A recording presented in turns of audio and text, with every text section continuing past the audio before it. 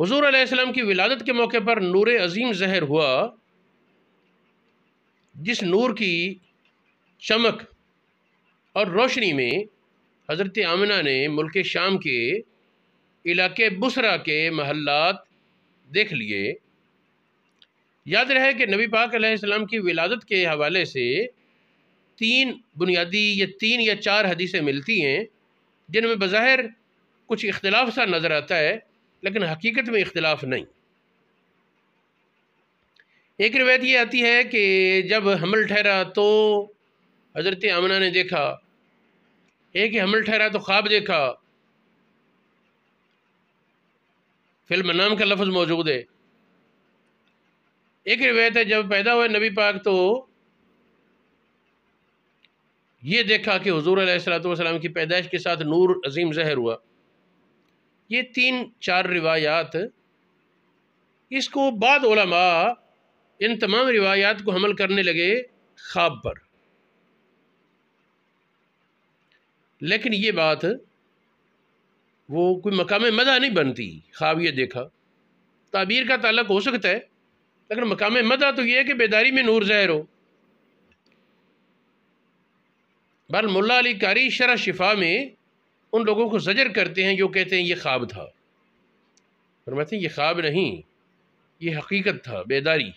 نبی پاک صلی اللہ علیہ وسلم کی ولادت کے حوالے سے یہ تین چار حدیثیں، تو ان میں تحقیق یہ ہے یا تو یہ سارے واقعات بیداری کے ہیں، یا پھر یہ ہے کہ نبی پاک صلی اللہ علیہ وآلہ وسلم کی والدہ نے جب آپ کو جنم دیا اس وقت تو خواب دیکھنا ہے ہی بالکل نہ ایک حماقت والی بات ہے، یہ دعویٰ کرنا کہ نبی پاک کو جب جنم دیا اس وقت خواب دیکھ رہی تھی۔ اگر کوئی صریح روایت ہوتی تو ماننے کا بھی امکان تھا، لیکن ایسی کوئی صریح روایت تو ہے نہیں، اور جن روایات میں یہ لفظ ذکر ہے ان کا ثبوت کمزور ہے۔ خیر دیکھیں، اس میں چار طرح کی عبارت ہے۔ یہ ابو امامہ رضی اللہ تعالی عنہ یہ مرفوع بیان کرتے ہیں، نبی پاک سے انہوں نے پوچھا تو حضور علیہ السلام نے جواب میں ارشاد فرمایا، اس میں ایک جملہ تھا ورأت امی، میری ماں نے دیکھا، نبی پاک کہتے ہیں میری ماں نے دیکھا، انہو خرج منہا نور ظاہر ہوا، اضاءت منہ قصور الشام، ملک شام کے محلات روشن ہوئے۔ یہ حدیث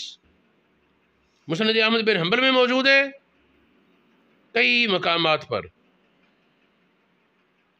مستدرک امام حاکم میں موجود ہے، اور اس کو امام حاکم نے صحیح کہا ہے، اور علامہ ذہبی انہوں نے بھی اس پر اطمینان کیا ہے، کوئی اعتراض نہیں کیا بلکہ اعتماد ہے۔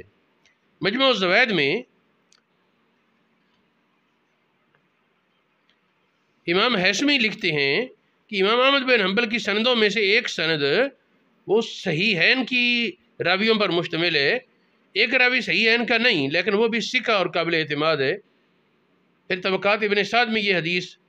موجود ہے، اور بھی کئی کتابوں میں ابو امامہ سے موجود ہے۔ دوسری عبارت اس روایت کی جس سے ثابت ہوگا نبی پاک کی ولادت کے وقت نور ظاہر ہوا،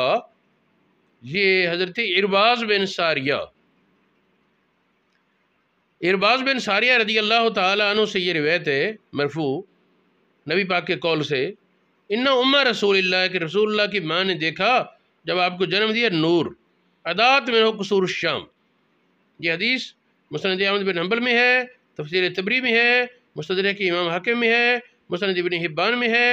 مواہب اللدنیہ میں ہے، زرقانی علی المواہب میں موجود ہے۔ تیسری حدیث حضرت بریدہ رضی اللہ تعالیٰ عنہ،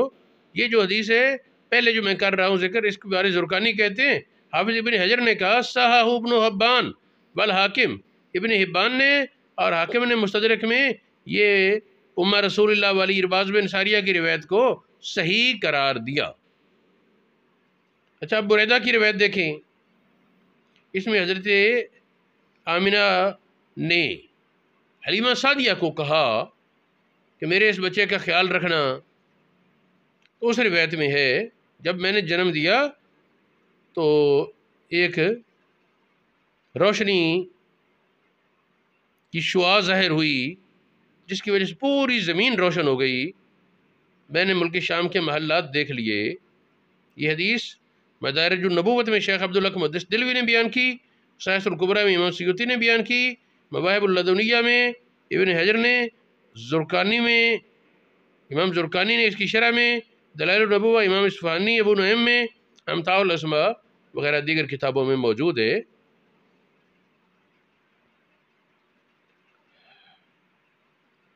فرماتے ہیں حلیمہ سعدیہ والی روایت جو ابن اسحاق سے ہے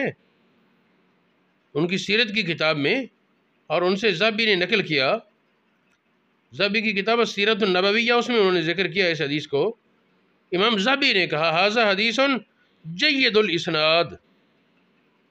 بریدہ والی حدیث کے بارے امام ذہبی نے کہا اس کی سند بڑی مضبوط ہے۔ ایک اور حدیث اسی مسئلے پر، نبی پاک کی ولادت کے وقت نور ظاہر ہونے پر حضور علیہ السلام کے کریم چچا حضرت عباس رضی اللہ تعالیٰ عنہ نے ایک موقع پر حضور علیہ السلام سے عرض کی، یا رسول اللہ مجھے اجازت دے، میں نے آپ کی شان میں ایک نعت لکھی ہے، سناؤں؟ نبی پاک نے اجازت دی، انہوں نے وہ نعت سنائی۔ کافی سارے اشعار تھے، ان میں ایک شعر ہے انت لما ولدت، آپ یا رسول اللہ جب پیدا ہوئے، اشرقت الارض، ساری زمین روشن ہو گئی، وضاءت بنور فک الافق، آپ کے نور سے آسمان کے کنارے جگمگا اٹھے، آپ کے نور سے آسمان کے کنارے جگمگا اٹھے، روشن ہو گئے۔ یہ حدیث طبرانی کبیر میں موجود ہے، مستدرک علی الصحیحین میں موجود ہے، الاستیاب میں موجود ہے، معرفت الصحابہ ابو نعیم کی کتاب اس میں موجود ہے، تاریخ دمشق میں موجود ہے، صفت الصفوہ میں موجود ہے، البدایہ والنہایہ میں، مجمع الزوائد میں، حیات الحیوان میں، امتاع الاسماء میں، خصائص کبریٰ میں، مواہب اللدنیہ اور زرقانی میں، تفسیر معانی القرآن امام زجاج کی ہے، یہ 311 میں فوت ہوئے ہجری میں، ان کی کتاب میں بھی ہے، غریب الحدیث ابن قتیبہ کی، اس میں بھی یہ حدیث موجود ہے حضرت عباس کے اشعار والی۔